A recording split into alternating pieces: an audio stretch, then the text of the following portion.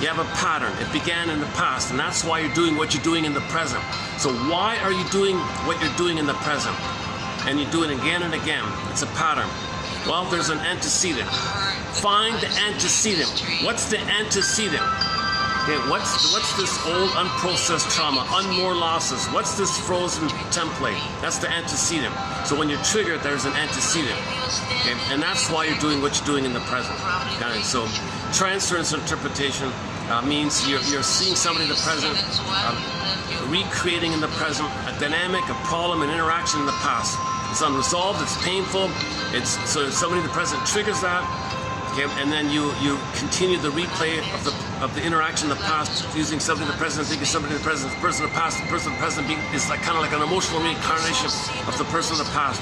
So you're relating to something in the present like there is somebody in the past. That's called transferring. Transfer the past to the present like that. So you want to be aware of your transferences. Because there's pain, there's unresolved. You want to get a better outcome. You've got to get out of that pain.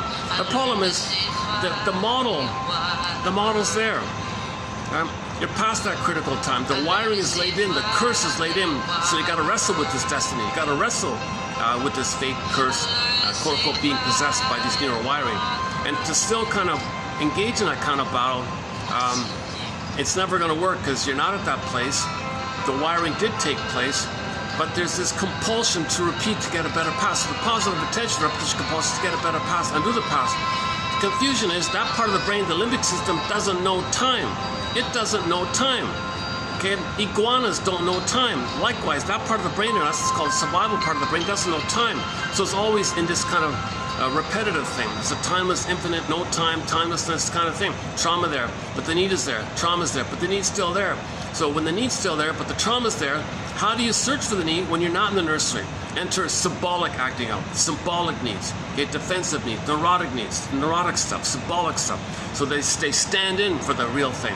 So you're searching for the fake thing, thinking maybe your survival brain doesn't think in those terms. So the conscious person is reaching for symbols, and then enter the cortex to give you rationalizations to keep you this unrealistic hope that you're still in the past. But no, consciousness should tell you that you're not in the past.